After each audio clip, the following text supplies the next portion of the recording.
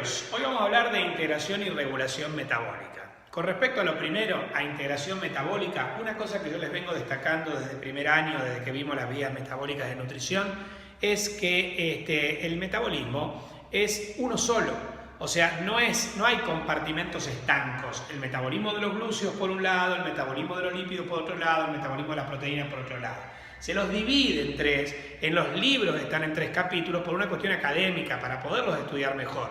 Pero en realidad lo que uno tiene que tener en cuenta es que el metabolismo es uno solo. Entonces, como hay un único gran metabolismo, es muy posible que algunos metabolitos que habitualmente uno estudia dentro de las vías del metabolismo de los glúceos puedan servir para sintetizar lípidos o proteínas o viceversa. Estos compuestos que se encuentran en el cruce de vías metabólicas se conocen como encrucijadas metabólicas.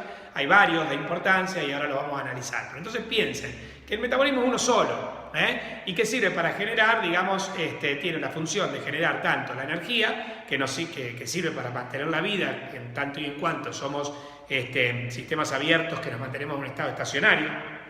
Mantenemos constantes los parámetros del medio interno, pero gastando energía. Pero además también ese metabolismo sirve para generar la masa corporal, o sea, para generar la materia que nos constituye. Así es que el metabolismo nosotros lo dividíamos en vías catabólicas, exergónicas, que son aquellas que permiten la obtención de energía, y vías anabólicas, de formación, las que terminan generalmente en génesis, que son aquellas que constituyen la masa corporal. Con respecto a las exergónicas, generalmente terminan en lisis, la glucólisis, la glucogenólisis, y muchas de ellas generan ATP por 2 vías, por la fosforilación a nivel sustrato y por la fosforilación oxidativa. Y ese ATP después puede ser usado para garantizar las reacciones anabólicas. Bueno, entonces, si nosotros pensamos en el metabolismo como un todo, como un continuum, o sea, algo integrado, totalmente integrado, nosotros vemos que nosotros estudiamos el metabolismo de los glúceos por un lado, el metabolismo de los lípidos y el metabolismo de las proteínas por otro lado, pero que a través de compuestos como la glucosa 6-fosfato, el piruvato, el acetil-CoA y otros que se consideran encrucijadas metabólicas, los metabolismos se encuentran interconectados. Por ejemplo, nosotros cuando ingerimos, a su vez al metabolismo se lo puede dividir en 3 tiempos, el metabolismo inicial, el metabolismo intermedio y el metabolismo final, según las etapas o instancias esenciales en el metabolismo que se van dando secuencialmente. Así desde la ingesta de alimentos por el aparato digestivo hasta la eliminación de desechos, que esto puede ocurrir por el aparato digestivo, por el riñón, por la piel, por el pulmón. Entonces, con respecto a la ingesta, nosotros ingerimos macronutrientes energéticos y que además proporcionan materia prima, carbono, hidrógeno, etcétera, para la masa del cuerpo, que son los glúceos, los lípidos y las proteínas. Los glúceos, lípidos y proteínas que ingerimos, los ingerimos complejos, ¿sí? En forma polimerizada. Por ejemplo, los glúceos que ingerimos son la lactosa, el almidón, la sacarosa. Los lípidos que ingerimos, entre los más importantes tenemos los triacilglicéridos, y después ingerimos proteínas. Ninguno de estos puede ser absorbido. Entonces, el primer tiempo del metabolismo consistirá en la degradación gastrointestinal para que se puedan reducir a compuestos más fácilmente absorbibles, tales como, en el caso de los glúceos, la lactosa se degrada por una enzima que es la lactasa y genera galactosa y glucosa. La sacarosa se degrada por una enzima que es la sacarasa y genera fructosa y glucosa. Y el almidón se va degradando por varias enzimas, comenzando por la tialina o amilasa salival, siguiendo con amilasa pancreática, la oligo 6-glucosidasa, maltotriasa, maltasas, y termina degradado en sus glucosas constituyentes para que se puedan absorber. Tanto la galactosa como la glucosa como la fructosa se pueden absorber. Una vez absorbidos, ¿qué es lo que puede pasar? La galactosa puede almacenarse como glucógeno o interconvertirse en glucosa. Con respecto a la fructosa, se puede transformar en glucosa o oxidarse por glucólisis para la obtención de energía. Esta transformación de la lactosa y fructosa en glucosa es lo que se conoce como la interconversión de exosas. La glucosa, si yo la quiero metabolizar, la voy a activar, la voy a fosforilar con una enzima que es la exoquinasa, que tenía 4 isocimas, la 1, 2 y 3, que generalmente son extrahepáticas y se las conoce en conjunto como exoquinasas, y la isocima 4, que es hepática y se la conoce como glucoquinasa. Entonces, la exoquinasa lo que hace, como les decía, es generar glucosa 6-fosfato, que es nuestra primer gran encrucijada metabólica. ¿Por qué? ¿De dónde puede provenir? Puede provenir de la glucosa por fosforilación catalizada por la exoquinasa, puede provenir de la degradación del glucógeno, proceso que se conoce como glucogenólisis. Puede provenir de la formación a partir de piruvato por gluconeogénesis. ¿Y a dónde puede ir? ¿Cuáles pueden ser los destinos de la glucosa 6-fosfato? Puede degradarse la glucosa por la glucosa 6-fosfatasa, puede almacenarse como glucógeno por el proceso de la glucogenogénesis, puede formar ribosa 5-fosfato, NADPH más H en la vía de las pentosas o shunt de las pentosas, o puede degradarse hasta piruvato por glucólisis. Llegado a piruvato, tenemos otra gran encrucijada metabólica que ya no solo conecta vías dentro del metabolismo de los glúceos, sino que el piruvato también puede conectarte con el metabolismo de las proteínas, dado que el piruvato puede provenir del aminoácido alanina por transaminación. Bueno, entonces, ¿cuáles pueden ser las fuentes de piruvato? El piruvato puede provenir de alanina por transaminación, catalizada por una enzima que es la ALAT o alanina aminotransferasa, también llamada TGP, transaminasa glutámico-pirúvica. Puede provenir de la glucosa 6-fosfato por glucólisis, puede provenir de la oxidación del lactato por la enzima lactato dehidrogenasa. ¿Y a dónde puede ir? El piruvato puede volver a formar glucosa 6-fosfato por gluconeogénesis, puede volver a formar alanina por transaminación, puede formar lactato por reducción catalizada por la lactato dehidrogenasa, o puede penetrar en la mitocondria donde puede por carboxilación generar oxaloacetato o por decarboxilación oxidativa generar acetil-CoA.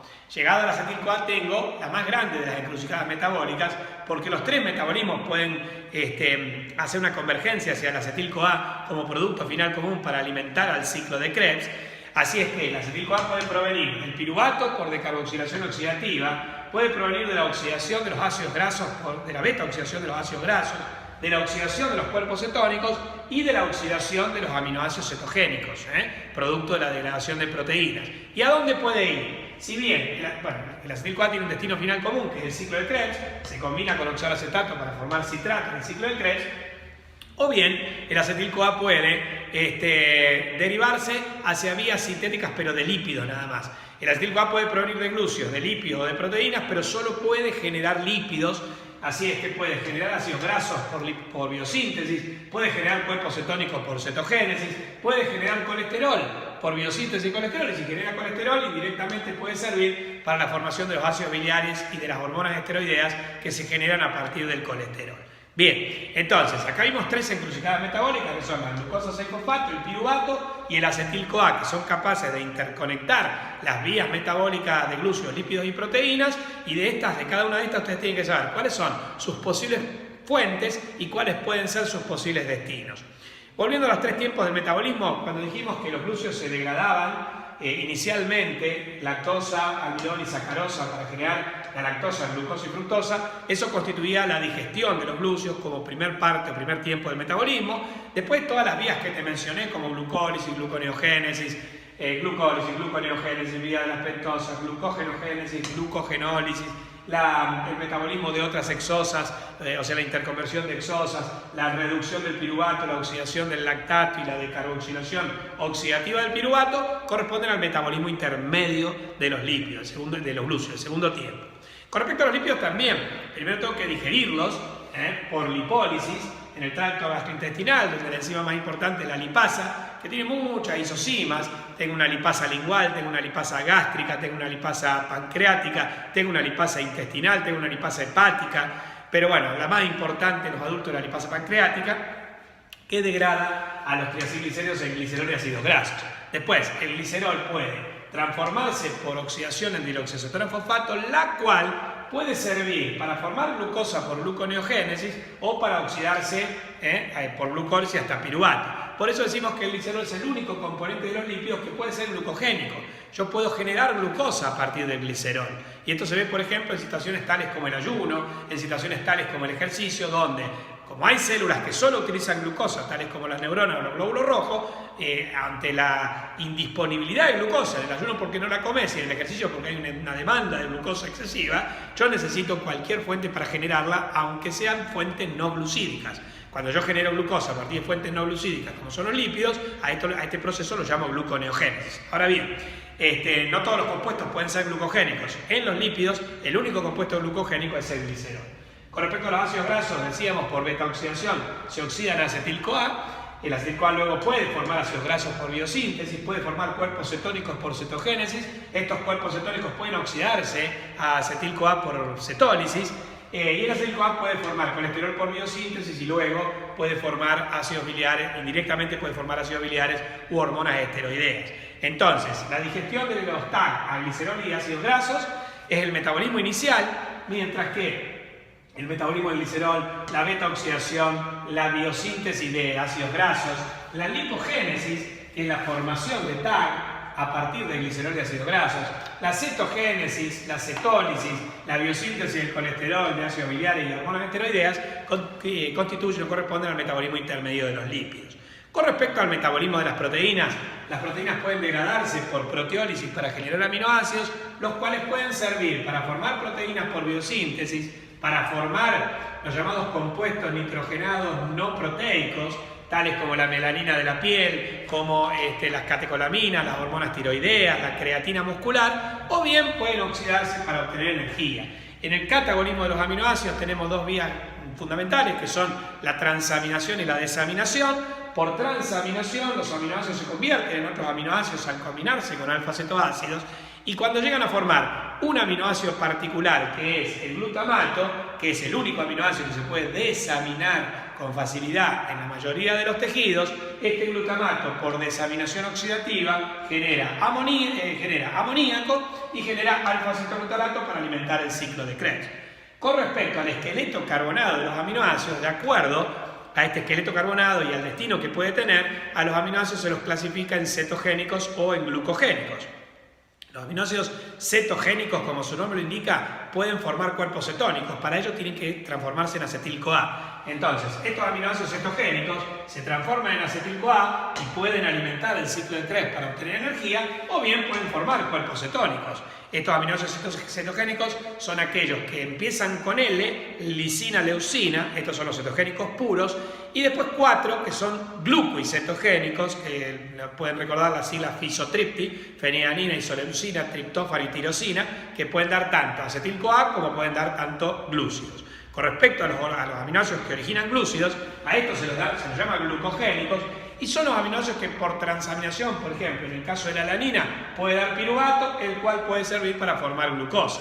El aspartato, que puede dar oxaloacetato, que puede servir para formar glucosa. El glutamato, que puede dar alfa-cetoglutarato por transaminación, el cual también puede formar glucosa. Esto sería el metabolismo intermedio de las proteínas, que incluye la proteólisis, la biosíntesis de proteínas, la biosíntesis de compuestos nitrogenados no proteicos y el catabolismo de los aminoácidos, que comprende la transaminación, la desaminación oxidativa y también el ciclo de la urea, que permite eliminar el amoníaco generado a partir del aminoácido de las proteínas. Bien, finalmente, todo converge hacia dos grandes vías del metabolismo final, que son el ciclo de Krebs y la cadena respiratoria. Los compuestos que nosotros ingerimos con la alimentación, glúcidos, lípidos y proteínas, tienen, en el caso de los glúcidos y lípidos, carbono, hidrógeno y oxígeno. Son compuestos terciarios CHO, tienen carbono, hidrógeno y oxígeno. Las proteínas son más complejas. En principio, la mayoría son CHOM, o sea, son cuaternarias, tienen carbono, hidrógeno, oxígeno y nitrógeno. Algunas también tienen azufre, hierro, fósforo, etc. Pero quedémonos con la mayoría de las proteínas que tienen 4 elementos químicos, carbono, hidrógeno, oxígeno y nitrógeno. El carbono y el oxígeno terminan formando la molécula de acetil-CoA, la cual va a alimentar el ciclo de Krebs.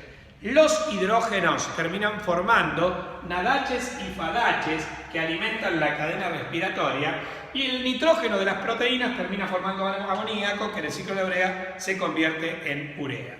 Con respecto al acetil-CoA proveniente del metabolismo de glúcidos, lípidos y proteínas, alimenta, como les decía, el ciclo de Krebs, combinándose con oxaloacetato para formar citratos por la enzima citrato sintetasa. Este compuesto del citrato se convierte en isocitrato previo paso por cisaconitato, por una enzima que es la aconitasa. El isocitrato se convierte primero en oxalosuccinato y luego en alfa-cetoglutarato por una enzima que es la isocitrato de hidrogenasa. El alfa-cetoglutarato, en un proceso de decarboxilación oxidativa, se convierte en succinil-CoA, por el complejo alfa-cetoglutarato de hidrogenasa, el succinil-CoA se convierte en succinato por la succinato-tioquinasa, el succinato se convierte en fumarato por la succinato de hidrogenasa, el fumarato se convierte en malato por la fumarasa, el malato cierra el ciclo convirtiéndose en oxaloacetato por la malato de hidrogenasa. Bueno, decíamos que el destino de los metabolismos, y piensen, por ejemplo, para obtener energía para el trabajo muscular, es la obtención de ATP. Y el ATP se puede formar de dos vías, de dos maneras: por fosforilación a nivel sustrato o por fosforilación oxidativa, lo que en la vía metabólica llamamos el FAS y el FOX. Bien, nosotros vamos a ver en los distintos tiempos del metabolismo que hay más de 200 reacciones químicas. Sin ir más lejos, la glucólisis tiene 10 reacciones químicas, el ciclo Krebs tiene 8 o 10 reacciones químicas, la beta-oxidación tiene 4, entonces si vamos sumando, que tendremos que estudiar 200 reacciones químicas, pero de esas hay solo 15 que terminan generando ATP o por fosforilación a nivel sustrato o por fosforilación a nivel oxidativo. La fosforilación a nivel sustrato se produce dentro y fuera de la mitocondria cuando yo aprovecho, en ausencia de oxígeno, que sea dentro de la mitocondria, no necesito oxígeno para la fosforilación a nivel sustrato, cuando yo tomo la energía de un sustrato macroérgico y con ella yo puedo fabricar ATP. Hay solo 3 reacciones, las 3 están catalizadas por enzimas que llevan la palabra quinasa como sufijo y son la fosfogliceroquinasa de la glucólisis, que transforma 1,3-bifosfoglicerato en 3-fosfolicerato, la piruvato-quinasa de la glucólisis, que transforma el fosfenol piruvato en piruvato, y la succinato-tioquinasa del ciclo de Krebs, que transforma el succinil-CoA en succinato. En estas 3 reacciones, los compuestos macroérgicos, los nucleótidos de alta energía, se generan directamente, sin intervención de la cadena respiratoria, y ellos son 2 ATPs en la glucólisis y un GTP en el ciclo de Krebs, ¿no? En cada una de estas reacciones que te mencioné. En la glucólisis, en realidad, y cuando ven glucólisis, ven que son 4 ATP, pero porque la segunda fase de la glucólisis se da en 2 ramas. Eso cabe para el análisis particular de la glucólisis. Pero quiero decirles, hay 2 tipos de reacciones en glucólisis que generan ATP, que son las 2 catalizadas por las enzimas quinasas. Después tengo los ATP que se generan por fosforilación oxidativa. Estos se generan en la cadena respiratoria cuando la misma, dentro de la mitocondria, es alimentada por equivalentes de reducción, hidrógenos, hidrogeniones y electrones, que son provistos o transportados por coenzimas redox, como el NADH o como el FADH. Entonces, esta cadena respiratoria, con 4 complejos, que son el complejo 1, 2, 3 y 4, vinculados entre sí por otros compuestos tales como la coenzima Q o como el citocromo C, transportan hidrógenos del NADH hasta el oxígeno para formar agua o hidrógenos del FADH hasta el oxígeno para formar agua. En este acto se genera ATP porque los complejos 1, 3 y 4 son capaces de bombear a través de la membrana interna mitocondrial hidrógenos libres desde la matriz mitocondrial hacia el espacio intermembranas. Estos hidrógenos que son bombeados hacia el espacio intermembrana generan un gradiente electroquímico que favorece su reingreso a la mitocondria. Entonces, este reingreso ocurre por la porción F0 de las partículas elementales y este ingreso de hidrógenos por la porción F0 estimula la síntesis de ATP en la porción F1. Esto, que se denomina teoría quimio-osmótica de Mitchell, es uno de los mecanismos propuestos de acople entre la respiración y la fosforilación. Como entonces decíamos que esto se produce en los complejos 1, 3 y 4, como el NADH alimenta la cadena respiratoria a nivel del complejo 1, o sea que los electrones que el NADH aporta a la cadena respiratoria pasan por el complejo 1, de ahí a la coenzima Q, de la coenzima Q al complejo 3, del complejo 3 al complejo 4, y del complejo 4 termina en el agua, o sea, para el oxígeno, para formar agua, te está atravesando 3 centros productores de energía de la cadena respiratoria, y por eso es que en las vías metabólicas a cada NADH nosotros lo consideramos como 3 ATPs. En cambio, el FADH aporta sus electrones desde el complejo 2 o directamente a la coenzima Q, salteándose el complejo 1. Entonces, los electrones del FADH solo alcanzan a producir ATP en los complejos 3 y 4. Por eso a cada FADH nosotros lo consideramos con un rendimiento energético de 2 ATP por fosforilación oxidativa. Bien, ¿y dónde se generan NADHs y FADHs? Los NADHs y FADHs se generan por enzimas llamadas dehidrogenasas, que son óxido-reductasas, que como su nombre lo indica pueden oxidar o reducir al sustrato. En este caso se van a originar cuando se oxide el sustrato. Yo oxido un sustrato, le saco hidrógeno, se lo doy al NAD y el NAD forma NADH más H, o se lo doy al FAD y el FAD forma FADH2, ¿sí? Y hay 10 reacciones fundamentales a lo largo del metabolismo que hacen esto. Que generen FADH2, perdón, hay 12 reacciones. Que generen FADH2 hay 2 y que generen ADH+H hay 10. Las que generan FADH2 importantes en el metabolismo son la beta-oxidación, en el primer paso catalizado por la 5A de hidrogenasa, y en el Krebs el paso catalizado por la succinato de hidrogenasa que transforma succinato en fumarato. Con respecto a las reacciones capaces de generar NADH+H, estas son 10, decíamos. Hay una en glucólisis catalizada por la gliceraldehído 3-fosfato de hidrogenasa que transforma el gliceraldehído 3-fosfato en 1,3 bifosfoglicerato. La lactato de hidrogenasa cuando pasa de lactato a piruvato. El complejo piruvato de carboxilasa o de hidrogenasa que transforma por decarboxilación oxidativa piruvato en acetil-CoA. La transformación de glicerol 3-fosfato en dihidroxiacetona fosfato por la glicerofosfato de hidrogenasa. La transformación de glutamato en alfa-acetoglutarato por la glutamato de hidrogenasa, o sea, la desaminación oxidativa. En los cuerpos cetónicos, la transformación del beta-hidroxibutirato en acetoacetato por la beta-hidroxibutirato de hidrogenasa. En la beta-oxidación, la reacción catalizada por la beta-hidroxiacil-CoA de hidrogenasa. Y finalmente, 3 etapas del Krebs, que son la etapa catalizada por la isocitrato de hidrogenasa, la etapa catalizada por el alfa-acetoglutarato de hidrogenasa y la etapa catalizada por la malato de hidrogenasa. En resumen, chicos, 200 reacciones químicas en la veintena de vías metabólicas de los distintos metabolismo de glúcidos, lípidos y proteínas, pero solo 15 generan ATP por algún mecanismo. Hay 3 que lo hacen por fosforilación a nivel sustrato y son catalizadas por enzimas quinasas. Estas 3 están, 2 en glucólisis y 1 en Krebs, y hay 12 que lo hacen por fosforilación oxidativa. 2 de ellas generando FADHs que alimentan la cadena respiratoria y permiten la obtención de 2 ATP por fosforilación oxidativa, y 10 de ellas generando NADH que alimentan la cadena respiratoria y permiten la formación de ATP, de 3 ATPs por fosforilación oxidativa.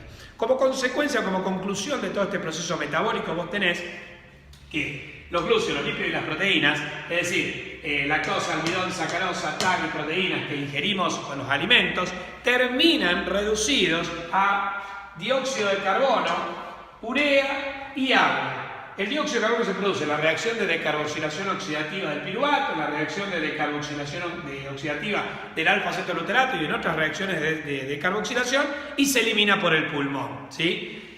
La urea se forma en el ciclo de la urea a partir del amoníaco de las proteínas y se elimina por el riñón, y el agua se forma en la cadena respiratoria al oxidar al NADH+H y al FADH2 y termina eliminándose por materia fecal, por riñón, por pulmón, por piel.